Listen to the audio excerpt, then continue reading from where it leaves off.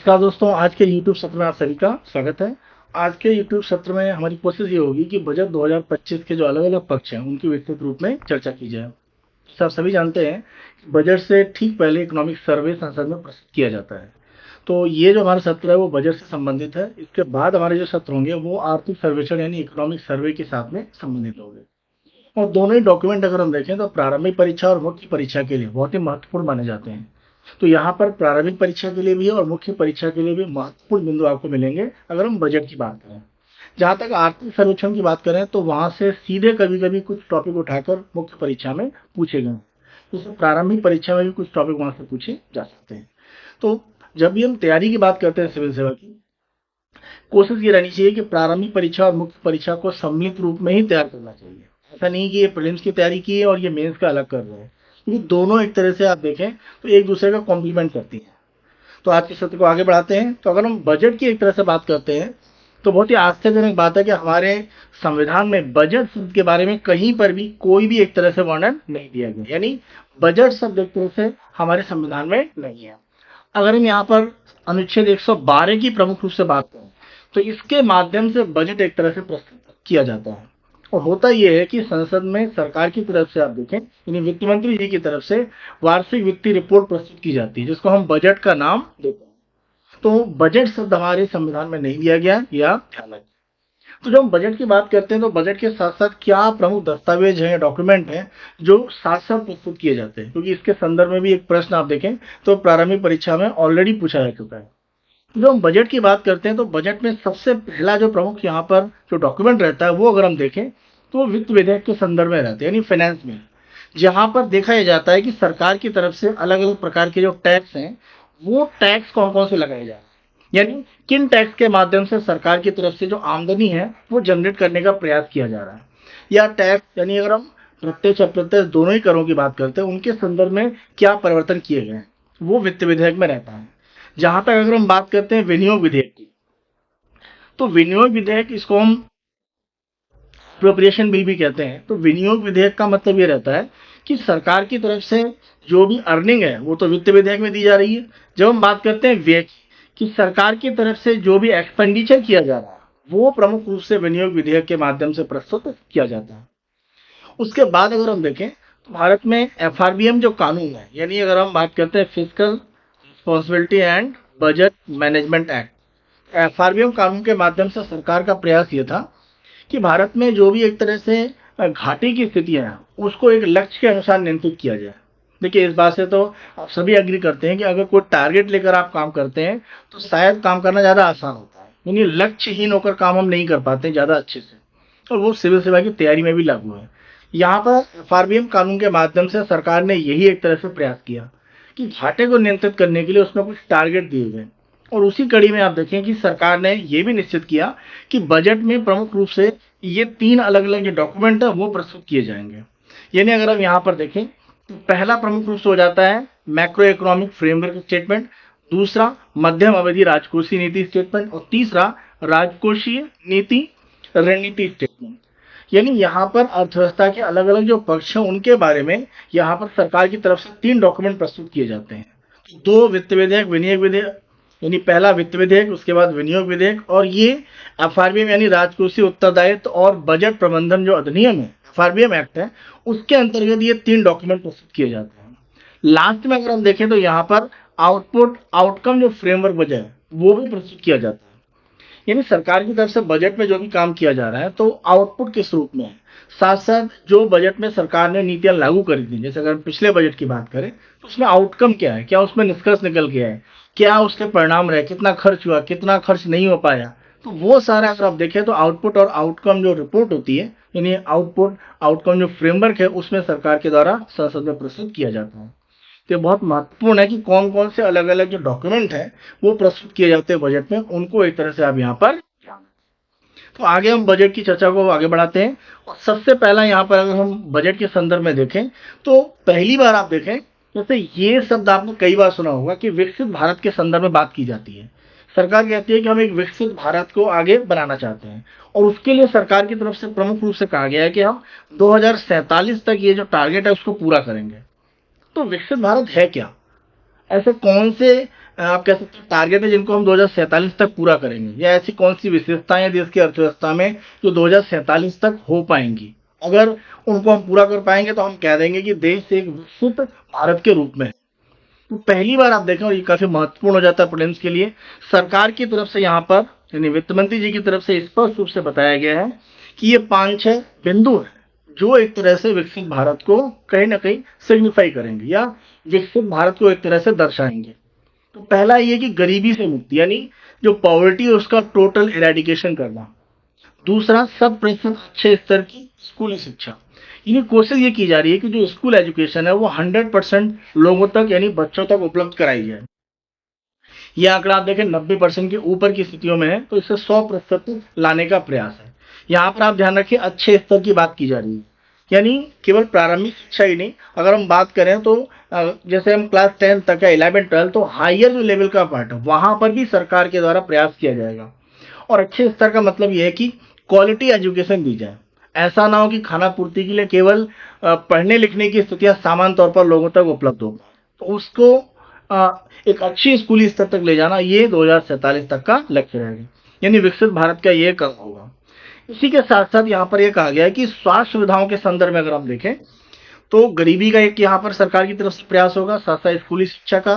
तीसरा अगर हम देखें यहाँ पर सरकार की तरफ से कहा गया है कि जो भी स्वास्थ्य सुविधाएं हैं उनको बेहतरीन, सस्ता और सर्वसुलभ, यानी इजीली सभी को एक्सेस हो पाए, चीप हो। साथ साथ यहाँ पर एक गुणवत्ता जो क्वालिटी है हेल्थ सर्विसेज की वो बेस्ट होनी चाहिए, वो सभी तक उपलब्ध कराया जाएगा। ये भी विकसित भारत में एक प्रमुख लक्ष्य प्राप्ति होगी। साथ साथ सरकार की तरफ से ये कहा गया है कि 100% हम कुशल कामगार के साथ एक सार्थक रोजगार की बात करेंगे, यानी भारत में जो व्यक्ति काम करने की स्थिति में, यानी हम बात कर रहे हैं कि जो एम्प्लॉयमेंट प्राप्त कर सकते हैं। जैसे बेरोजगार का मतलब ये हुआ कि जो व्यक्ति काम करना चाह रहा है लेकिन उससे काम नहीं मिला हुआ तो बेरोजगार है, और जिसको काम करना है और काम है तो वो रोजगार वाला। ये रोजगार और बेरोजगार को मिला दें तो ये हमारा एक तरह से वर्क फोर्स है। जैसे बच्चों की बात करें, बुजुर्गों की बात करें तो वो वर्क फोर्स में शामिल नहीं है। तो वर्क फोर्स के लिए सरकार का ये कहना है कि हम 100% कोशिश करेंगे कि उनको किसी तरह की जो स्किल है या किसी भी तरह की जो कुशलता है वो उनको एक तरह से दी जाए। तो स्किल डेवलपमेंट 100% जो वर्क फोर्स है उसके लिए लाया जाएगा। साथ साथ सरकार की कोशिश ये है कि आर्थिक गतिविधियों में 70% एक तरह से जो महिलाएं हैं उनकी भागीदारी को सुनिश्चित किया जाए।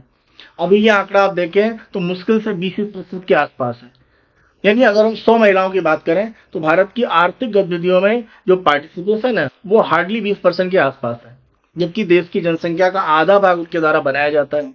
तो सरकार ने यह कहा है कि विकसित भारत में हम कोशिश ये करेंगे कि 70% महिलाएं भारत की जो इकोनॉमिक एक्टिविटीज है उसमें पार्टिसिपेट कर पाए, तो उसको लेकर भी सरकार का ये प्रयास है। अंतिम रूप में अगर हम देखें तो food basket of the world, यानी हम अपने किसानों के माध्यम से कोशिश ये करेंगे कि वैश्विक स्तर पर जो भी उत्पादन की स्थितियां हैं उसमें हम एक तरह से काफी सर्वोच्च स्थान पर जा पाए, यानी एग्रीकल्चर में भी एक तरह से हम टॉप पोजीशन लाने का एक प्रयास करेंगे। तो ये कुछ अगर हम 6 लक्ष्यों की बात करें या 6 अलग अलग पैरामीटर आप कह सकते हैं या मानदंड कह सकते हैं जिनको मिलाकर एक तरह से विकसित भारत का निर्माण किया जाएगा। तो बहुत महत्वपूर्ण है, इन 6 को आप एक तरह से ध्यान रखें। और जब यहाँ पर हम विकसित एक भारत के संदर्भ में बात कर रहे हैं तो विकास के लिए आवश्यकता प्रमुख रूप से क्या है, तो बजट में स्पष्ट रूप से कहा गया है कि जब हम विकास की बात कर रहे हैं 4 यहाँ पर प्रमुख रूप से शक्तिशाली इंजन है जो देश की अर्थव्यवस्था के लिए आवश्यक है, जिसमें कृषि, साथ साथ अगर हम बात करें एमएसएमई, जब एमएसएमई की बात करते हैं माइक्रो स्मॉल मीडियम एंटरप्राइज, यानी सूक्ष्म लघु और मध्यम इकाइयां, साथ साथ निवेश और निर्यात।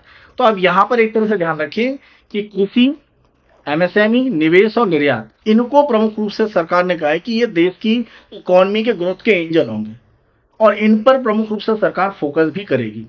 और बजट में सरकार ने इनके संदर्भ में अलग अलग प्रकार की घोषणाएं की हैं, वो हम आगे चर्चा करेंगे। साथ साथ सरकार का ये कहना है कि जो भी एक तरह से हमारा शक्तिशाली इंजन है अर्थव्यवस्था का वो हमने 4 भागों पर टिका दिया, कृषि, एमएसएमई, निवेश और निर्यात। अब इस इंजन के लिए ईंधन या फ्यूल क्या होगा, तो फ्यूल होंगे क्या, आर्थिक सुधार। जितने बड़े पैमाने पर आर्थिक सुधार को हम लागू कर पाएंगे वही एक तरह से आगे चलकर हमारी अर्थव्यवस्था के विकास के लिए एक आधार बनेंगे। तो ये दोनों पक्षों का आप ध्यान रखें कि 4 पिलर्स आप कह सकते हैं जिस पर हम देश के विकास को आगे देख रहे हैं, कृषि, एमएसएमई, निवेश और निर्यात। तो ये 4 महत्वपूर्ण भाग है, उनको आप ध्यान रखें। आइए बजट के आगे अलग अलग जो प्रमुख घोषणाएं की गई उनको देखते हैं। इसमें सबसे पहली जो घोषणा शायद सबसे महत्वपूर्ण है, और अगर मिडिल क्लास की बात करें तो उनके लिए काफ़ी अच्छी खुशखबरी है कि जहां पर 12 लाख तक की जो इनकम है वो यहाँ पर एग्जम्प्ट कर दी गई है, या एक तरह से टैक्स में छूट है वो दे दी गई है। देखिए मैंने एक शब्द यूज़ किया एग्जम्प्ट। एग्जम्प्ट नहीं बोलना चाहिए, बेसिकली बोलना चाहिए रिबेट। तो आप ध्यान रखिए, 2 शब्द होते हैं। एक यहाँ पर रिबेट शब्द मैं यूज़ कर रहा हूँ, और दूसरा अगर आप देखें तो एग्जेम्पशन एक तरह से यूज़ किया जाता है। तो जो हम रिबेट की एक तरह से बात करते हैं, और दूसरा यहाँ पर आप देखें एग्जेम्पशन की बात होती है, दोनों अलग अलग हैं। रिबेट का मतलब, रिबेट अगर हम प्रमुख रूप से देखें तो रिबेट हमारा जो आयकर कानून है उसकी सेक्शन 87A के अनुसार दिया जाता है। और एग्जेम्पशन और रिबेट का अंतर आप ऐसा समझिए, जैसे अगर हम कृषि की बात करें तो भारत में कृषि की आय पर कोई कर नहीं है, ये एग्जेम्पशन है, छूट। और रिबेट का मतलब ये है कि आप पर टैक्स तो लग रहा है लेकिन सरकार उसको माफ कर दे रही है। तो यहाँ पर ये ध्यान रखिए कि 12 लाख तक की आय को जो सरकार ने टैक्स फ्री किया है, इसका मतलब ये नहीं है कि सभी को एग्जम्पशन दे दिया गया है। 12 लाख तक की आपकी अगर आमदनी है तो आपको टैक्स नहीं देना है। और यहाँ पर आप ध्यान रखें, ये जो नई टैक्स की स्लैब है, देखिए भारत में एक तो ओल्ड टैक्स की रेजिम है और ये न्यू टैक्स रेजिम है। तो न्यू टैक्स रेजिम में सरकार ने आयकर की दरों को नए रूप में घोषित किया है। जैसे आप देखें 4 लाख तक की जो आमदनी है उस पर कोई टैक्स नहीं है। 4 से 8 आप देखिए 5% है। यानी अगर हम यहाँ पर बात करते हैं, अगर हम 4 से लेकर 8 लाख तक की बात करते हैं तो 5% का टैक्स लगेगा। लेकिन अगर हम बात करते हैं यहाँ पर 8 से लेकर 12 के बीच में, तो ये जो एक तरह से यहाँ पर टैक्स लगने वाला है वो लगेगा कितना, 10%। ध्यान से देखिए, सरकार ने क्या कहा है कि 12 लाख तक की आमदनी पे कोई टैक्स नहीं है। ये सामान्य, जैसे कोई व्यक्ति किसी तरह के बिजनेस या कोई अर्निंग कर रहा है। लेकिन अगर सैलरी क्लास है तो उसके लिए आपको यहाँ पर ध्यान रखना पड़ेगा। जब हम सैलरी क्लास की प्रमुख रूप से बात करते हैं तो सैलरी क्लास को प्रमुख रूप से आप देखें 75,000 का एक रिबेट और मिलता है साथ, यानी उसमें इसको बोलते हैं स्टैंडर्ड डिडक्शन, वो यहाँ पर दिया जाता है। तो ये ध्यान रखें कि ये असली में जो छूट है वो 12.75 यानी 12,75,000 की हो जाती है सैलरी क्लास के लिए। अगर सैलरी वाला नहीं है, किसी तरह की बिजनेस इनकम को दिखा रहा है, तो 12 लाख तक की जो आय है उस पर कोई टैक्स नहीं है। असली में बात यह है कि 4 लाख तक की आमदनी है, आप ध्यान से देखिए, 4 लाख तक की आमदनी पर कोई टैक्स एक तरह से यहां पर नहीं दिया जा रहा है, जीरो है। लेकिन अगर हम 4 से 8 की बात करते हैं तो रेट कितनी दी गई है, रेट दी गई है 5%। तो 4 से 8 का मतलब कितना हुआ, 4 लाख। 4 लाख का 5% निकालिए, कितना हुआ, ये हुआ आपका 20,000 रुपए। और अगर हम 8 से 12 की बात करते हैं वहां भी 4 लाख है, लेकिन रेट कितनी है, वहां रेट है आपकी 10%। तो आप 4 लाख का 10% निकालिए, कितना हुआ, 40,000। यानी अगर हम कंबाइन कर दें तो ये वैल्यू कितनी आ जाती है, 60,000 की। तो यहां पर आप यह ध्यान रखिए कि 60,000 का सरकार की तरफ से एक रिबेट दिया गया है। यानी अगर आप 12 लाख तक की इनकम करते हैं तो 4 से 8 और 8 से 12 के बीच में जो 20,000 और 40,000 का आप टैक्स बनता है, यानी 60,000 मिलाकर वो छूट दे दिया गया। पहले ये हुआ करता था कितना, 25,000 रुपए। तो ये 25,000 से बढ़ाकर किया गया इस बजट में 60,000। और पहले जो लिमिट थी वो 7 लाख तक की आमदनी पर कोई टैक्स नहीं था, वो बढ़ाकर किया गया 12 लाख। तो सीधे 5 लाख की जंप है। मिडिल क्लास के लिए काफी कह सकते हैं एक अच्छी खबर है, क्योंकि इसके माध्यम से प्रमुख रूप से होगा ये कि लोगों की आयकर अगर बचेगा, अगर मैं टैक्स नहीं दे रहा हूं, मेरी कुछ आमदनी एक तरह से बचेगी, तो होगा ये कि मैं इसके माध्यम से अपनी जो व्यय उसको बढ़ाऊंगा। तो माना जा रहा है कि अर्थव्यवस्था में जो कंजम्पशन है, खपत है, वो बढ़ेगी, यानी मांग बढ़ेगी। तो ये काफी महत्वपूर्ण यहाँ पर एक घोषणा है वो सरकार की तरफ से की गई है।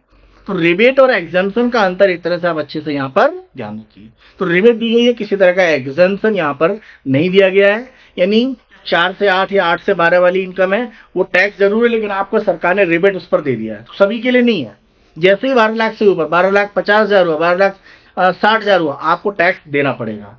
तो ये नए जो टैक्स रेजिम है, इसमें अगर आप देखें कि जो 5, 10, 15, 20, 25, 30% की जो टैक्स स्लैब दी गई है वो आपको ध्यान से यहाँ पर याद रखने की जरूरत है। इस तरह की स्लैब पूछी जाने की संभावना रहती है, तो पूछी जा सकती है। और किस रूप में ये आपका काम कर रहा है, जो 12 लाख का एग्जम्पशन है, उस 12 लाख की जो रिबेट दी जा रही है वो आप एक तरह से ध्यान रखें। यहाँ पर आप देखें बजट में एक और घोषणा की गई है कि सरकार की तरफ से कहा गया है कि एक नया आयकर का जो बिल है यानी इनकम टैक्स के संदर्भ में नया कानून है वो लाया जाएगा। वो जल्द एक तरह से आ सकता है कि अभी हमारा जो कानून है वो 1961 का है, यानी अभी अगर हम वर्तमान की बात करते हैं तो 1961 का जो हमारा कानून है वो एक तरह से लागू है। तो सरकार इसकी जगह एक नया इनकम टैक्स का बिल है वो ला सकती है। इसी के साथ साथ अगर हम देखें तो आर्म्स लेंथ प्राइस, इसको हम बोलते हैं, अगर हम एएलपी की एक तरह से बात करते हैं, आर्म्स लेंथ प्राइसिंग, इस सिस्टम को भारत सरकार की तरफ से कहा जा रहा है कि लागू करने के लिए एक योजना लाई जाएगी। देखिए, आर्म्स लेंथ प्राइसिंग का मतलब ये होता है कि जैसे आर्म लेंथ का मतलब क्या हुआ कि आप बैठे हो, आपके साथ में कोई बैठा हुआ है, यानी आमने सामने जो भी प्राइस के संदर्भ में समझौते किए गए हैं उसको प्रमुख रूप से किसी भी तरह के व्यापारिक ट्रांजैक्शन में एक तरह से यूज करना। जैसे मान लीजिए कि अमेरिका की कोई कंपनी भारत में निवेश करती है, उसी कंपनी की सहायक कंपनी में मान लीजिए निवेश करती है, तो मेन कंपनी के लिए अलग प्रकार के मूल्य, सहायक कंपनी के लिए अलग प्रकार के मूल्य, तो ये टैक्स में एक तरह से विवाद की स्थितियों को बढ़ाते हैं। तो सरकार ये कह रही है कि आर्म लेंथ प्राइसिंग का जो फॉर्मूला है उसको लगाकर हम इस तरह के जो प्राइस एक तरह से होते हैं उनको लेकर एक नियम बना देंगे और ये भारत में एक तरह से लागू किया जाएगा, जिससे कि व्यापार के संदर्भ में अलग अलग जो स्थितियां हैं उनको प्रमुख रूप से एक तरह से किया जा सके। तो यहाँ पर सरकार का ये कहना है कि कोशिश सरकार की ये रहेगी कि जो भी इस तरह के आपके अलग अलग नियम हैं उनको सरकार एक तरह से लागू कर पाए और जो भी ट्रांजैक्शन को लेकर या जो व्यापार करते हैं अलग अलग बाहरी कंपनियां निवेश करके उनको मूल्य के संदर्भ में कोई बड़ी समस्याएं ना आ पाए। तो ये एक बड़ा यहाँ पर सरकार की तरफ से एक प्रयास किया जाएगा आर्म लेंथ प्राइसिंग के संदर्भ में। अगला अगर हम देखें तो ये टैक्स कलेक्शन एट सोर्स, इसको हम टीसीएस बोलते हैं। देखिए, एक होता है TDS, tax deduction at source. TDS का मतलब ये है कि जैसे सैलरी क्लास की बात करें तो आपकी जो भी टैक्स है उसका डिडक्शन कब किया जा रहा है कि जब एक तरह से आपका जो सोर्स है आमदनी का उसी पर ही आपकी सैलरी है उसी में से ऑलरेडी टीडीएस काट लिया जा रहा है, फिर आप इनकम टैक्स भरिए। अगर आपको एक तरह से लगता है कि नहीं आपने अलग अलग छूट प्राप्त करी है तो अपना टीडीएस आप वापस ले सकते हैं। टीसीएस का मतलब ये रहता है कि जैसे मान के चलिए किसी तरह का कोई व्यापारिक ट्रांजेक्शन होता है तो वहां पर एडवांस में ही एक तरह से टैक्स कलेक्ट कर लिया जाता है और उसे एक तरह से हम बोलते हैं टैक्स कलेक्शन एट सोर्स। तो यहाँ पर अगर हम देखें, जैसे अगर हम बात करते हैं कि जो भी भारतीय मान लीजिए उनके बच्चे या विदेशों में पढ़ रहे हैं, विदेश में आप निवेश कर रहे हैं या विदेश आप घूमने के लिए जा रहे हैं, तो वहां पर सरकार की तरफ से कोई लिमिट रखी जाती है। तो ध्यान रखें, भारत में जो डॉलर रुपए या किसी भी विदेशी मुद्रा के साथ रुपए की जो विनिमय दर है वो पूर्ण रूप से परिवर्तनीय नहीं है, आंशिक रूप से परिवर्तनीय है। तो यहाँ पर सरकार की तरफ से प्रमुख रूप से ये कहा गया है कि टैक्स कलेक्शन एट सोर्स की अगर हम बात करते हैं तो यहाँ पर एक सरकार, अगर हम आरबीआई की बात करें सरकार की तरफ से, तो आरबीआई की तरफ से स्कीम चलती है जिसको बोलते हैं लिबरलाइज्ड रेमिटेंस स्कीम, एलआरएस। तो ये जो उदारीकृत विप्रेषण योजना है इसके माध्यम से सरकार की तरफ से छूट दी जाती है कि आप $2.5 लाख आप $2.5 लाख को एक तरह से बिना आरबीआई के किसी निगरानी या पूछताछ के विदेश ले जा सकते हैं, बाहर ले जा सकते हैं। तो इस पर कोई रोक टोक नहीं है, लेकिन इससे ऊपर होगा तो आरबीआई उसमें एक तरह से उसकी परमिशन की जरूरत पड़ती है। तो सरकार की तरफ से प्रमुख रूप से यह कहा गया है कि जो आप अलग अलग प्रकार का खर्च करते हैं, जैसे मान लीजिए किसी व्यक्ति के परिवार का कोई बच्चा है वो विदेश में पढ़ रहा है, तो विदेश में पढ़ने के लिए वो कुछ पैसा यहाँ से भेजते होंगे, तो पैसा जो सेंड किया जाता है तो सरकार ने पहले लिमिट रखा था कि 7 लाख तक पर किसी भी तरह का आपको एक टीशर्ट नहीं देना है, तो सरकार उसको बढ़ाकर कितना करने वाली है, 10 लाख। तो ये जो भी एक तरह से विदेशों में बच्चे पढ़ रहे हैं या बाहर जो घूमने जा रहे हैं या कोई निवेश हो रहा है तो वहां पर आप देखें कि 10 लाख तक का जो एक तरह से रेमिटेंस होगा उस पर किसी भी तरह का टीसीएस यहाँ पर सरकार की तरफ से नहीं लिया जाएगा। वैसे एजुकेशन के संदर्भ में आप ध्यान रखें, सरकार की तरफ से ये भी कहा गया है कि अगर मान लीजिए कोई बच्चा विदेश में पढ़ रहा है और उसके पढ़ने के लिए किसी तरह का लोन लिया गया है, तो लोन के माध्यम से अगर आप पैसा लेकर विदेश में बच्चों को पढ़ा रहे हैं तो उसको सरकार ने टैक्स कलेक्शन एट सोर्स से एक तरह से छूट दे दी है, तो वो पूरी तरह से सरकार की तरफ से एग्जेम्प्ट किया गया है। तो ये जो बड़ी घोषणा है वो कहीं ना कहीं रेमिटेंस के संदर्भ में है, यानी भारत से जो पैसा एक तरह से बाहर जा रहा है या बाहर से भारत में आ रहा है तो वहां पर टैक्स कलेक्शन सोर्स जो टीसीएस काटा जाता है उसको लेकर सरकार की तरफ से कुछ जो एग्जम्पशन है वो यहाँ पर बढ़ाए गए। और ये काफी महत्वपूर्ण एक तरह से यहाँ पर एग्जाम्पशन हो जाते हैं, इनको आप ध्यान रखिए। अगला यहाँ पर अगर हम बात करते हैं तो प्रमुख रूप से कर के बाद जो हमारा हिस्सा आता है वो कृषि विकास के संदर्भ में। कृषि विकास के संदर्भ में आप देखें देश की अर्थव्यवस्था में कृषि, अगर हम बात करते हैं लोगों के रोजगार के संदर्भ में, तो लगभग आप देखें 46% जो आबादी है अभी भी हमारी कृषि पर निर्भर करती है। लेकिन लगभग अगर हम जीडीपी में देखें तो इसका हिस्सा लगभग 17-18% के आसपास रहता है, थोड़ा आगे पीछे हो जाता है लेकिन लगभग आपका इसी के आसपास रहता है। तो कृषि की जीडीपी में योगदान है वो लगातार घटता गया है, लेकिन कृषि में काम करने वाले लोगों की जो संख्या है वो बहुत तेजी से गिरावट नहीं हुई है। और इसीलिए कहीं ना कहीं कृषि में बड़े पैमाने पर सरकार को एक तरह से विकास है, सरकार को मजबूती लाने के लिए अलग अलग प्रकार के जो प्रयास हैं वो लगातार करने पड़ते हैं। यहाँ पर सरकार की तरफ से कृषि के संदर्भ में प्रमुख रूप से आप देखें 5 बड़ी यहाँ पर जो घोषणाएं की गई हैं, जिसमें कृषि के विकास को बढ़ाने और ग्रामीण क्षेत्र में जो समृद्धि है उसको बढ़ाने में एक तरह से मदद मिलेगी। तो पहला बड़ा प्रयास अगर हम देखें तो यहाँ पर प्रधानमंत्री धन धान्य कृषि योजना के संदर्भ में है। और इसके माध्यम से सरकार ने कोशिश ये करनी है कि सरकार ये कह रही है कि 100 जिलों को एक तरह से सरकार की तरफ से लक्षित किया जाएगा। इन 100 जिलों में लगभग आप देखें 1.7 करोड़ किसान है उनको एक तरह से लाभ दिया जाएगा, जिससे कि आधुनिकतम जो कृषि की स्थितियां उसको एक तरह से वो प्राप्त कर पाए। इसी तरह से सरकार की तरफ से कहा गया है कि अगर हम किसान क्रेडिट कार्ड की केसीसी की बात करते हैं तो वहां पर आप देखें 3 लाख तक के जो लोन है उसकी स्थिति है, सरकार ने इसको बढ़ाकर 5 लाख कर दिया है और माना जा रहा है कि लगभग 7 करोड़ से ज्यादा किसानों को इससे लाभ होगा। इसी तरह से आप देखें कपास उत्पादन की जो स्थितियां हैं उसको बढ़ावा देने के लिए सरकार की तरफ से प्रमुख रूप से प्रयास किया जाएगा और 5 वर्ष का एक मिशन चलाकर कोशिश ये है कि कृषि की जो उत्पादकता है, प्रोडक्टिविटी, यानी प्रति हेक्टेयर जो उत्पादन की स्थिति कपास की उसको बढ़ावा दिया जाए। इसी के साथ साथ देखें बिहार के लिए एक महत्वपूर्ण घोषणा है और मखाना, जिसको आज के समय में आप देखें सुपर फूड का एक दर्जा दिया जा रहा है, तो बिहार में मखाना बोर्ड एक तरह से सरकार की तरफ से बनाकर कोशिश ये की जाएगी कि जो मखाने के उत्पादन की स्थितियां हैं उसको मजबूत किया जाए, उसका कमर्शलाइजेशन किया जाए, व्यापारीकरण किया जाए और एक्सपोर्ट या निर्यात के जो कह सकते हैं कि इसमें अलग अलग मजबूत पक्ष हो सकते हैं उस पर सरकार ज्यादा ध्यान देने का प्रयास करेगी।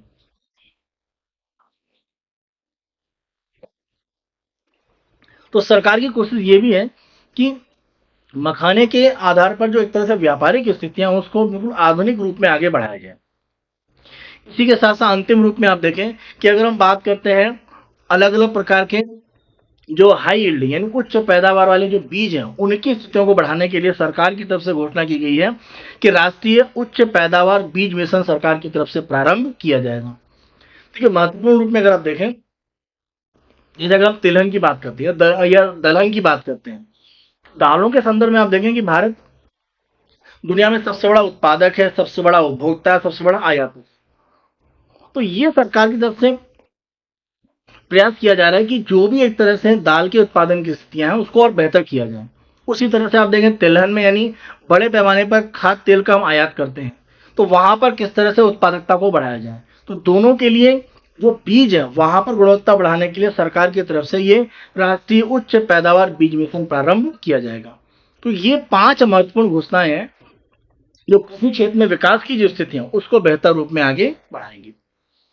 अगला यहाँ पर प्रमुख रूप से आप देखें आधारभूत जो ढांचा है, यानी अगर हम इंफ्रास्ट्रक्चर की बात करें तो वहां पर सरकार के लिए महत्वपूर्ण रूप में प्रयास किए जाएंगे। देखिए, जो आधारभूत ढांचा है उसके संदर्भ में आप ध्यान रखें कि आधारभूत ढांचा अगर किसी देश की अर्थव्यवस्था में बेहतर नहीं है तो मान के चलिए बाहर से निवेश आना एक तरह से आसान नहीं है। अगर मान लीजिए सड़कों का जाल बेहतर नहीं है, बंदरगाहों की स्थिति बेहतर नहीं है, बिजली सप्लाई की स्थिति बेहतर नहीं है, तो ये सारी स्थितियां बाधाएं हैं।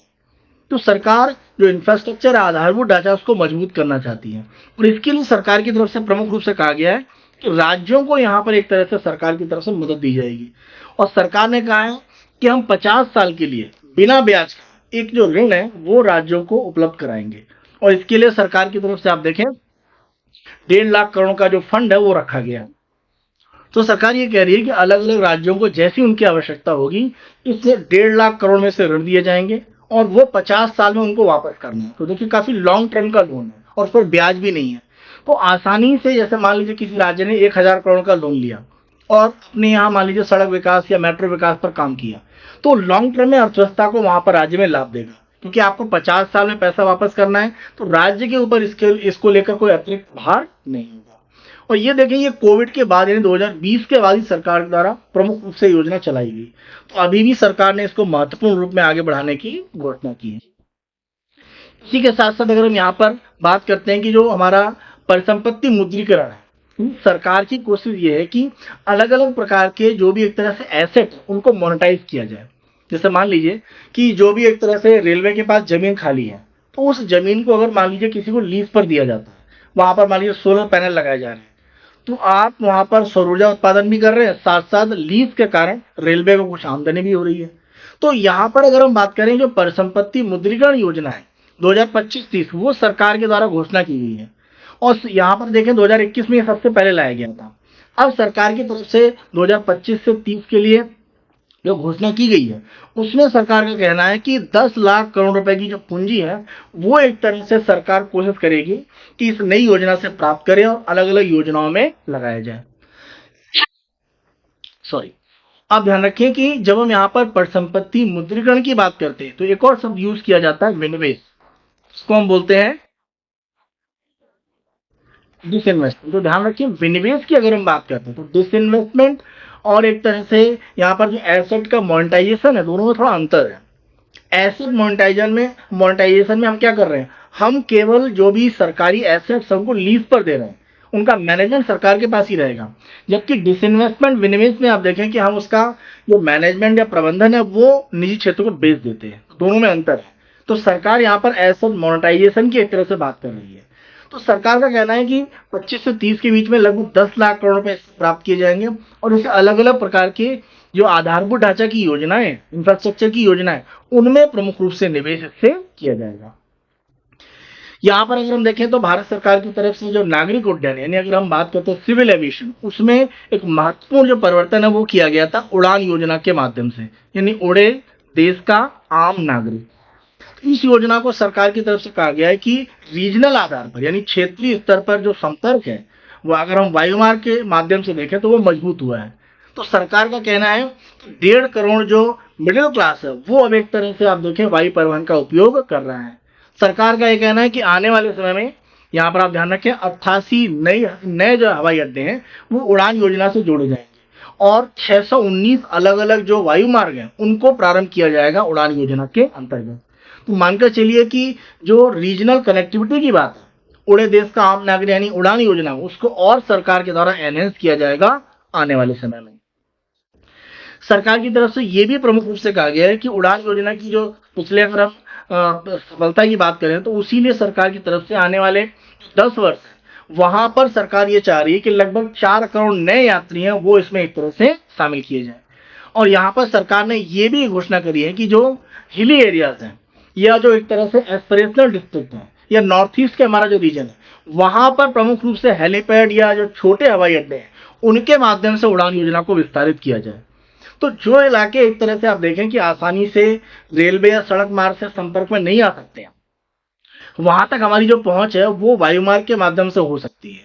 तो कनेक्टिविटी रीजनल, खासतौर से अगर नॉर्थ ईस्ट रीजन की बात करें या भारत के हिली एरियाज की बात करें, वहां के लिए सरकार भविष्य में एक तरह से काम करेगी। तो आने वाले 10 वर्षों में आप देखें 120 नए जो डेस्टिनेशन है वो वायुमार्ग में जोड़े जाएंगे। 4 करोड़ नए जो यात्री हैं वो उड़ान योजना के माध्यम से वायु सेवाओं का एक तरह से उपयोग कर पाएंगे। तो आने वाले समय में आप देखें कहीं ना कहीं एयर कनेक्टिविटी भारत में काफी महत्वपूर्ण होने वाली है।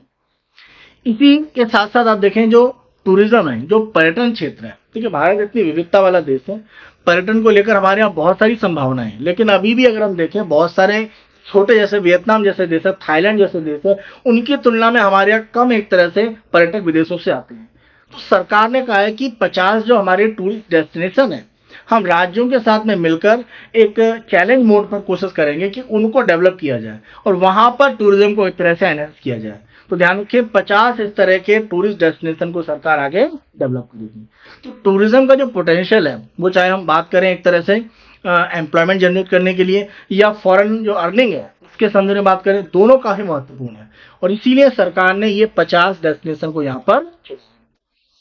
इसी के साथ साथ आप देखें कि अर्थव्यवस्था में निवेश को लेकर जो स्थिति है वो बेहतर रहनी चाहिए। हमने प्रारंभ में देखा कि अर्थव्यवस्था के जो एक तरह से आधारभूत इंजन बोले गए उसमें निवेश भी शामिल है। तो निवेश को बेहतर करने के लिए सरकार की तरफ से प्रमुख रूप से अगर हम देखें तो क्रिटिकल मिनरल जो फंड है वो शुरू किया जाएगा। अब आप कहेंगे सर सीधा इसका निवेश से क्या संदर्भ है? आप देखें जितनी भी नई टेक्नोलॉजी आज के समय में है, जैसे अगर हम ऑटोमोबाइल में देखें तो वहां पर चिप का उपयोग किया जा रहा है। सोलर पैनल आप देखें वहां पर भी हमें कहीं ना कहीं क्रिटिकल मिनरल का उपयोग करना पड़ता है। जैसे रेयर अर्थ एलिमेंट की बात करें जो दुर्लभ मृदा तत्व है, कहीं ना कहीं हमारे जो क्रिटिकल मिनरल, और आप देखें भारत सरकार की तरफ से 30 क्रिटिकल मिनरल की जो लिस्ट है वो एक तरह से जारी की गई है। आपको सब याद करने की जरूरत नहीं है। जहां जहां कभी कभी इसके संदर्भ में कोई महत्वपूर्ण घोषणा आप सुनते हैं, कहीं नई खोज देखते हैं, तो वो आप ध्यान रखें। बट आपको पता होना चाहिए कि 30 यहाँ पर जो क्रिटिकल मिनरल है वो सरकार की तरफ से घोषित है। तो यहाँ पर क्रिटिकल मिनरल फंड के माध्यम से सरकार की कोशिश ये है कि इस तरह के जो क्रिटिकल मिनरल है वो भारत में आसानी से प्राप्त किए जाएं। आप देखें काबिल नाम की एक जो संस्था है उसके माध्यम से हमारी कोशिश ये है कि भारतीय नहीं विदेशों में जो क्रिटिकल मिनरल के सोर्स है उनको एक्वायर किया जाए, क्योंकि क्रिटिकल मिनरल की जो सप्लाई है वो काफी हद तक आप देखें केवल भारत ही नहीं दुनिया में काफी हद तक चीन पर निर्भर करती है, क्योंकि वहां पर उसके बड़े भंडार हैं। तो हम वो निर्भरता एक तरह से कम करना चाहते हैं या भविष्य में समाप्त करना चाहते हैं, और इसीलिए सरकार इस तरह के फंड के माध्यम से क्रिटिकल मिनरल को आगे महत्वपूर्ण रूप में आगे बढ़ाएगी। इसी के साथ साथ सरकार की तरफ से जो बजट में घोषणा की गई है, अब ये आपको ध्यान रखना है। जैसे अगर यहाँ पर कोबाल्ट पाउडर की बात करें या कोबाल्ट निकालने में जो वेस्ट आता है, साथ साथ अगर हम बात करें लिथियम आयन जो बैटरी है उसका जो स्क्रैप या जो उसका बचा हुआ भाग है, लेड जिंक की बात करें, और 12 अन्य प्रकार के जो क्रिटिकल मिनरल है, सरकार ने उनको पूरी तरह से आप देखें जो बेसिक कस्टम ड्यूटी है यानी आधारभूत जो एक तरह से सीमा शुल्क है उससे छूट दे दी है। यानी इनके किसी भी संदर्भ में आप देखें कि अगर कोई लेन देन किया जा रहा है, विदेश से मंगाया जा रहा है, भारत से बाहर भेजा जा रहा है, खासतौर से विदेश से मंगाने की बात करें, तो इस पर सामान्य या जो आधार सीमा शुल्क होता है बेसिक कस्टम ड्यूटी वो सरकार ने छूट दी है। तो कोबाल्ट पाउडर साथ साथ उसका जो वेस्ट है वो प्रमुख रूप से आपको यहाँ पर ध्यान रखने की जरूरत है। तो जब भी बजट में किसी स्पेसिफिक मिनरल या स्पेसिफिक आपका जो ऑब्जेक्ट है उसके बारे में कुछ बोला जाता है जिसका काफी महत्वपूर्ण उपयोग हो सकता है, तो वो प्रीलिम्स में आपसे पूछा जा सकता है, उसके लिए आप एक तरह से ध्यान रखें। अगला प्रमुख यहाँ पर भाग है निर्यात के संदर्भ में, क्योंकि ये भी आप देखें कि जो ग्रोथ के इंजन है उसका एक भाग है। तो सरकार की तरफ से आप देखें निर्यात संवर्धन मिशन यानी एक्सपोर्ट प्रमोशन जो मिशन है वो सरकार की तरफ से शुरू किया जाएगा। इसमें आप देखें वाणिज्य मंत्रालय साथ साथ एमएसएमई मिनिस्ट्री और जो वित्त मंत्रालय है वो मिलकर आप देखें क्षेत्रीय और मंत्री अलग अलग जो मंत्रालय उनके स्तर पर कोलैबोरेशन करेंगे। यानी जो हमारा सूक्ष्म लघु मध्यम मंत्रालय है, वित्त मंत्रालय है और वाणिज्य मंत्रालय वो मिलकर इस तरह की नीतियां बनाएंगे जिससे कि निर्यात को भारत में बढ़ावा दिया जा सके। साथ साथ निर्यात ऋण के संदर्भ में आप देखें जो भी एक तरह से एमएसएमई विदेशी बाजार में एक तरह से पहुंच रहे हैं तो उनको जो बाधाएं देखनी पड़ती हैं, जो शुल्क की बाधा, दो तरह की बाधाएं होती हैं, एक होती है टैरिफ, एक नॉन टैरिफ। जैसे मान लीजिए कि भारत का सामान एमएसएमई बना रहा है और अमेरिका जा रहा है और वहां पर टैक्स बढ़ा दिया गया तो टैरिफ वाली बाधा होगी। लेकिन मान लीजिए वहां पर नियम लगा दिया गया कि आपके जो सामान है वो एनवायरमेंटल फ्रेंडली होनी चाहिए, तो ये नियम लगाकर आपने कहीं ना कहीं एक नॉन टैरिफ बाधा बना दी। तो सरकार का कहना है कि टैरिफ के अलावा जो गैर शुल्क बाधाएं हैं एमएसएमई के लिए उनको एक तरह से दूर करने के प्रयास किए जाएंगे इस एक्सपोर्ट प्रमोशन मिशन के माध्यम से, जिससे कि एमएसएमई विदेशी बाजार में आसानी से एक तरह से अपनी स्थितियां वो कहीं ना कहीं मजबूत कर पाए। तो एक्सपोर्ट पोटेंशियल जो एमएसएमई का है और साथ साथ उनको आसानी से ऋण मिल पाए, इसको लेकर भी ये मिशन प्रमुख रूप से काम करेगा। कि जब हम निर्यात की बात करते हैं तो अलग अलग प्रकार की जो भी कह सकते हैं मंजूरी की बात करें या सरकारी जो भी जो कागजी कार्रवाई करनी होती है वो काफी डिफिकल्ट प्रोसेस, इसमें सेंटर स्टेट दोनों पर स्थितियां बनती हैं। तो यहाँ पर भारत सरकार की तरफ से कहा जा रहा है कि हम भारत ट्रेड नेट नाम का एक ऑनलाइन प्लेटफॉर्म शुरू करेंगे जिसके माध्यम से कोशिश ये होगी कि जो भी एक तरह से निर्यात के संदर्भ में स्थितियां हैं वो एक सिंगल रूप में भारत में रहे और इस प्लेटफॉर्म के माध्यम से किसी भी तरह के एक्सपोर्ट की स्थितियों को आसानी से किया जा सके। कोई भी आपको टैक्स के संदर्भ में या कोई अन्य आपकी मान लीजिए नियम आप पर लागू होता है तो भारत ट्रेड नेट के माध्यम से जो एक्सपोर्टर है वो आसानी से वो सारे जो छूट है या जो कर है या सरकारी जो भी मंजूरी है वो प्राप्त कर सकते हैं। तो ये माना जा रहा है कि ये काफी गेम चेंजर भारत के लिए हो सकता है, खासतौर से अगर हम एक्सपोर्ट की बात करें। यहाँ पर ये भी एक तरह से ध्यान रखें कि इस भारत ट्रेड नेट के माध्यम से कोशिश की जाएगी कि लॉजिस्टिक को लेकर, लॉजिस्टिक का मतलब ये है कि कहीं से सामान बनकर आया, गोडाउन में इकट्ठा करना, फिर वहां से ट्रांसपोर्ट होकर मान लीजिए बंदरगाह पहुंचा, तो वहां पर उसको कुछ समय के लिए रखना, क्योंकि तुरंत ही बंदरगाह पर आपको शिप नहीं मिल जाता एक्सपोर्ट करने के लिए। तो ये सारा जो लॉजिस्टिक का पार्ट है उसके लिए भी कहा जा रहा है कि यूनिफाइड रूप में ये जो प्लेटफॉर्म है वो कहीं ना कहीं एक तरह से मदद करेगा। तो वैश्विक स्तर पर निर्यात या एक्सपोर्ट को लेकर जो अलग अलग बेंचमार्क यूज किए जाते हैं, अलग अलग जो नियम यूज किए जाते हैं, उनको भारत ट्रेड नेट के माध्यम से भारत में उपयोग किया जाएगा। तो आप कह सकते हैं कि भारत का जो एक्सपोर्टर है उसको जो वर्ल्ड इकोनॉमी है उससे और ज्यादा इंटीग्रेट करने के लिए भारत ट्रेड नेट का प्रमुख रूप से उपयोग किया जाएगा। इसी के साथ साथ भारत सरकार की तरफ से कहा गया है कि जो नेशनल फ्रेमवर्क फॉर जीसीसी है, जीसीसी मतलब ग्लोबल कैपेबिलिटी जो सेंटर है, क्योंकि जब हम ग्लोबल कैपेबिलिटी सेंटर की बात करते हैं, जैसे डाटा सेंटर की बात करें, किसी भी कंपनी का डाटा सेंटर अगर भारत में है तो उस डाटा का आप देखें आज के समय में डाटा का उपयोग करके प्रमुख रूप से आप देखें एआई है उसको आगे बढ़ाया जा रहा है। तो सरकार का ये कहना है कि जो ग्लोबल कैपेबिलिटी सेंटर्स है भारत में उसको लेकर हम एक राष्ट्रीय फ्रेमवर्क बना देंगे। कोई भी कंपनी भारत में डाटा सेंटर खोल रही है, वो चाहे तमिलनाडु में खोले, महाराष्ट्र में खोले, उत्तर प्रदेश में खोले, कर्नाटक में खोले, नियम एक से रहेंगे। अभी क्या है कि राज्यों में इस तरह के नियम को लेकर कुछ अलग स्थितियां, तो ये कहीं ना कहीं एक तरह से जो बाहर की कंपनियां हैं जो इस तरह के कैपेबिलिटी सेंटर भारत में खोलना चाहती हैं उनके लिए समस्याओं को बढ़ाता है। तो सरकार उसे दूर करने के लिए एक नेशनल फ्रेमवर्क लेकर आएगी ग्लोबल कैपेबिलिटी सेंटर्स के संदर्भ में, और इसके माध्यम से आप देखें कोशिश ये की जाएगी कि इस तरह के सेंटर अगर भारत में बनेंगे तो भारत की जो पोटेंशियल है वो एक तरह से यूज हो पाएगी। अगर हम जॉब की बात करते हैं वो जॉब क्रिएशन भी आगे बढ़ेगा, साथ साथ हमारा जो बुनियादी ढांचा है उसको भी हमें मजबूत करना पड़ेगा अगर हम इस तरह के सेंटर भारत में चाहते हैं। तो इंफ्रास्ट्रक्चर को मजबूती मिलेगी, साथ साथ जॉब क्रिएशन होगा, और वैश्विक आधार पर आप देखें डाटा सेंटर या इस तरह के जो ग्लोबल कैपेबिलिटी सेंटर्स हैं उनका बड़ा हब है वो भारत बन पाएगा। और अगर हम वैश्विक हब बन पाते हैं किसी भी क्षेत्र में तो ये हमारी अर्थव्यवस्था के लिए एक तरह से आप देखें एक जो वैश्विक एक्सपोजर है वो कहीं ना कहीं देगा। तो ये नेशनल फ्रेमवर्क जो लाया जा रहा है ग्लोबल कैपेबिलिटी सेंटर्स के लिए वो काफी महत्वपूर्ण होगा।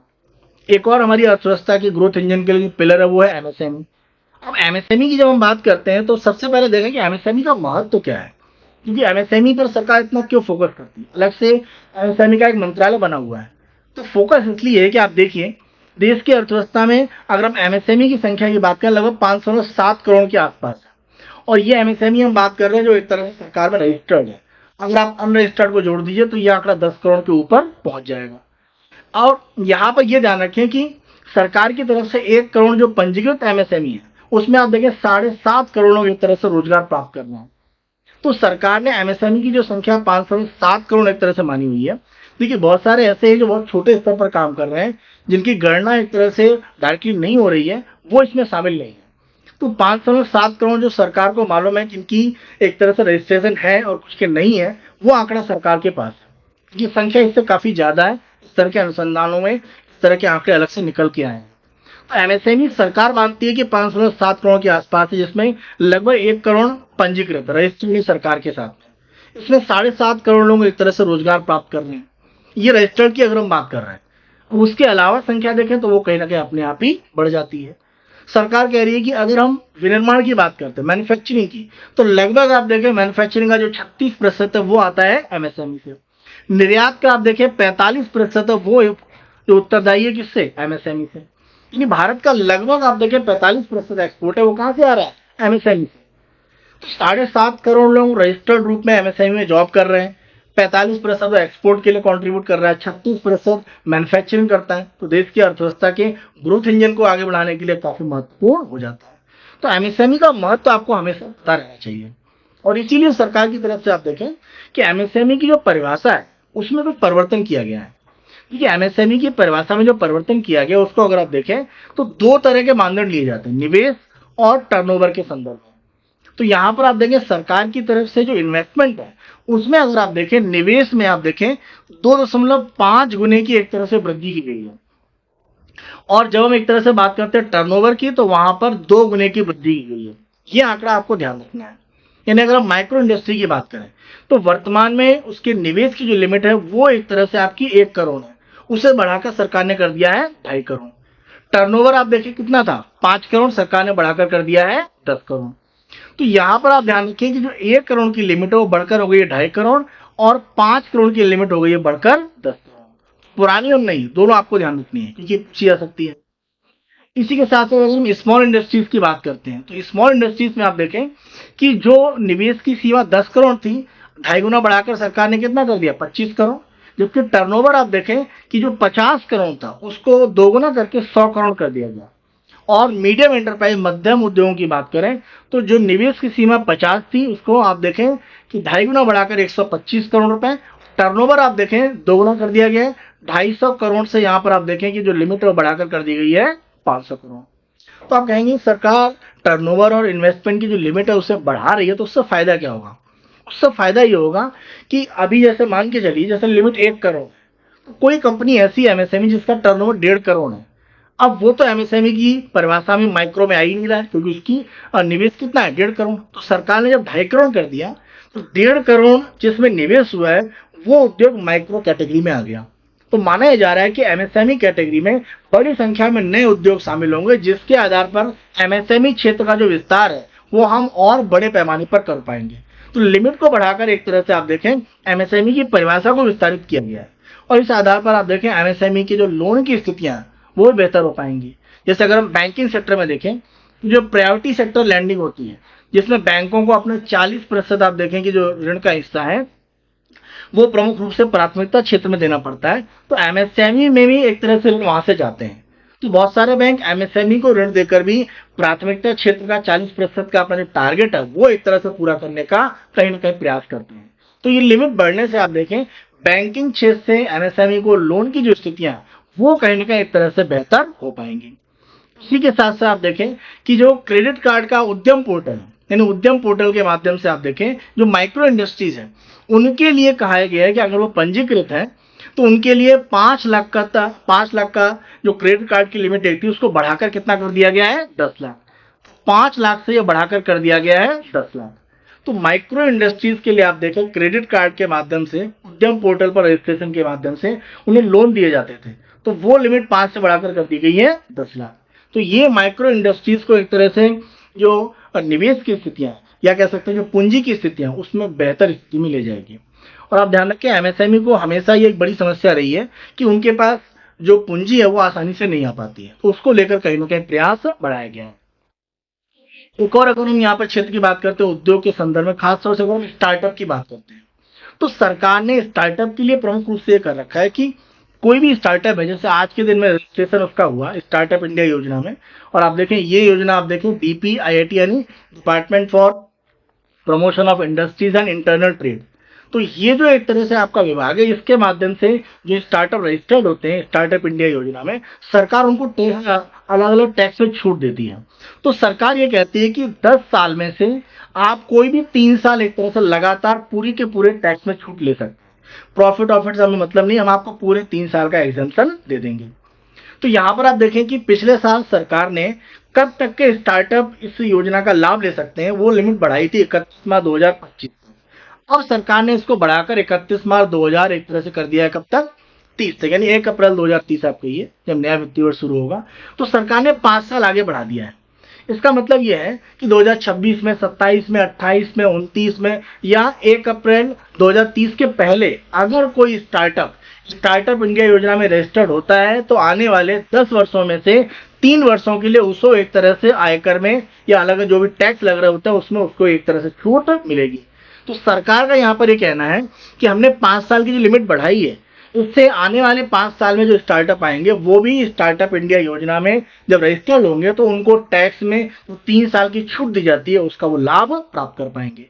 तो ये छूट अगर हम देखें तो यहाँ पर जो हमारा इनकम टैक्स का कानून है उसके धारा अगर हम 80 आईएसी की बात करें उसके अंतर्गत प्रमुख रूप से ये छूट यहाँ पर दी जाती है। तो ये आप ध्यान रखें।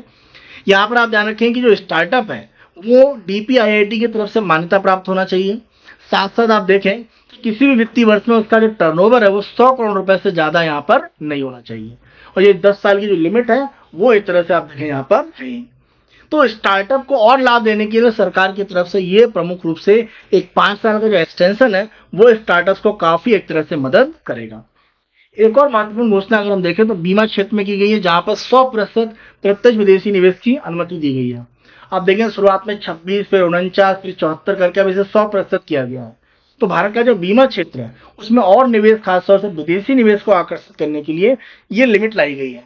तो आप देखें भारत का जो बीमा क्षेत्र वो और डाइवर्सिफाई हो पाएगा, क्योंकि जैसे जैसे लोगों की इनकम बढ़ रही है वो कहीं ना कहीं इंश्योरेंस के प्रोडक्ट को और ज्यादा लेना चाहते हैं, और उस आधार पर यह सरकार की एक बेहतर नीति होगी। सरकार की तरफ से राष्ट्रीय विनिर्माण मिशन यानी नेशनल मैन्युफैक्चरिंग मिशन शुरू किया जाएगा, जिससे कि विनिर्माण के माध्यम से देश की अर्थव्यवस्था में रोजगार की स्थितियों को और बढ़ावा दिया जा सके।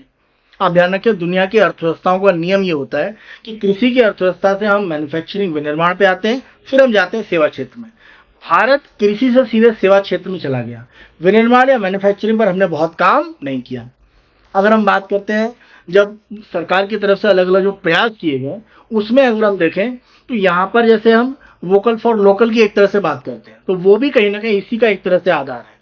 तो सरकार आत्मनिर्भर भारत की बात करती है, तो वो भी कहीं ना कहीं विनिर्माण के संदर्भ में है। जैसे एक एग्जाम्पल अगर हम सोलर पैनल्स की बात करें, हम लगभग 80 से 90% या उससे ज्यादा डिपेंड चीन पर हो जाते हैं। तो सरकार राष्ट्रीय विनिर्माण मिशन के माध्यम से जो मैन्युफैक्चरिंग है वो भारत में प्रमुख रूप से बढ़ाना चाहता है, और मैन्युफैक्चरिंग के माध्यम से आप देखें ज्यादा बड़े पैमाने पर रोजगार भी जनरेट होते हैं। जैसे एक सॉफ्टवेयर डेवलपर है, वो अर्निंग तो हो सकता है साल की 20 लाख करता होगा, लेकिन वो एक ही व्यक्ति है।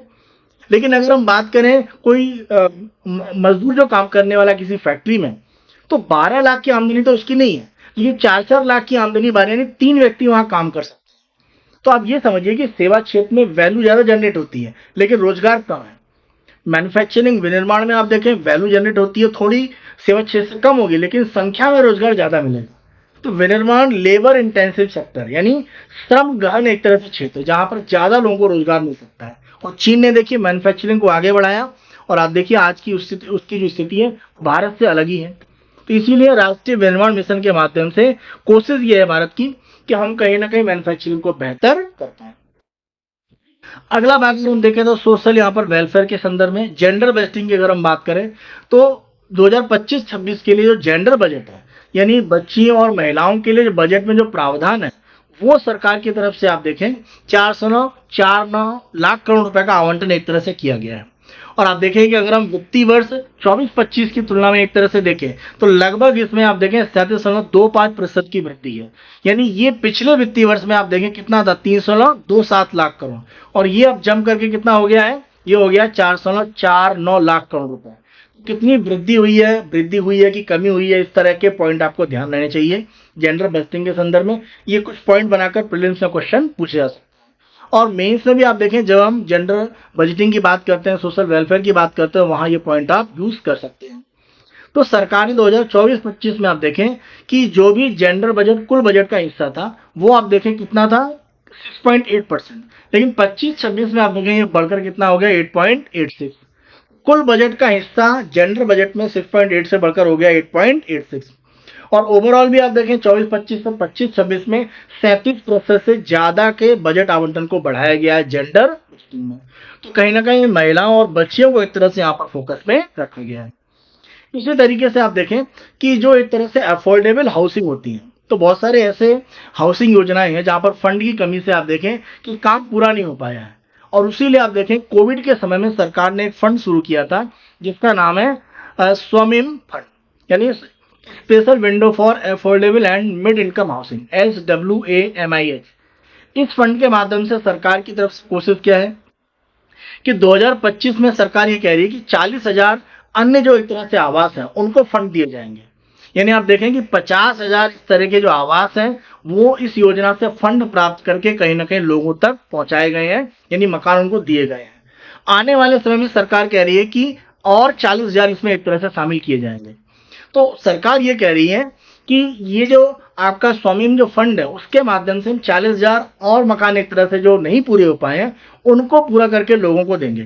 साथ साथ 1 लाख अतिरिक्त जो मकान है उनका निर्माण किया जाएगा। उसके लिए 15,000 करोड़ का जो आवंटन है वो सरकार एक तरह से करने वाली है, और इस 15,000 करोड़ के आवंटन के साथ आप देखें कि स्वामिम फंड 2 एक तरह से बनाया जाएगा। तो पहला वाला जो फंड है उससे आप देखें पहले 50,000 मकानों को एक तरह से पूरा करने के लिए सरकार ने फंड दिया जो अधूरे पड़े हुए थे। अब 25 में सरकार कह रही है कि इसमें 40,000 और मकान जो पूरे नहीं हो पाए हैं उनको एक तरह से फंड दिया जाएगा, और अलग से 1 लाख नए मकानों के निर्माण के लिए 15,000 करोड़ का एक फंड बनाकर एक स्वयं फंड 2 स्थापित किया जाएगा। तो आप कह सकते हैं इस फंड का दूसरा भाग है वो सरकार की तरफ से बनाया जाएगा। तो ये आवास की सुविधा, यानी सभी को आवास देने के संदर्भ में सरकार का जो लक्ष्य है उसको कहीं ना कहीं एक तरह से पूरा करता है। तो यहाँ पर आप देखें बजट के संदर्भ में जो प्रमुख अलग अलग घोषणाएं थी वो चर्चा हमारी यहाँ पर समाप्त होती है, लेकिन बजट की चर्चा समाप्त नहीं हुई है। तो दूसरा हमारा जो वीडियो रहेगा वो इंफोग्राफिक के संदर्भ में रहेगा, जो सरकार के अलग अलग आंकड़े दिए गए उनको हम देखेंगे किस रूप में। खास तौर से आप देखें जैसे अगर हम अलग अलग घाटों की बात करते हैं, या हम बात करते हैं कि कैपिटल एक्सपेंडिचर किस रूप में बढ़ाया गया है, या अगर हम बात करें कि सरकार की आमदनी और व्यय के स्रोत क्या है, उनके संदर्भ में अगला जो हमारा एक तरह से वीडियो होगा उसमें हम चर्चा करेंगे। उम्मीद है आज का जो सत्र वो आप लोगों को पसंद आया होगा। अगर पसंद आया है तो लाइक करें, सब्सक्राइब करें। किसी भी तरह के आपके विचार हैं, पॉजिटिव नेगेटिव जैसे भी हो, कमेंट जरूर करें। तो आज के सत्र को यहीं पर समाप्त करते हैं और अगले सत्र में हम इसका दूसरा भाग लाएंगे, साथ साथ जल्द इकोनॉमिक सर्वे भी एक तरह से हम आपको प्रस्तुत करेंगे। तो आज के सत्र को यहीं पर समाप्त करते हैं। आप सभी अपना बेहतर रूप में ध्यान रखें। धन्यवाद।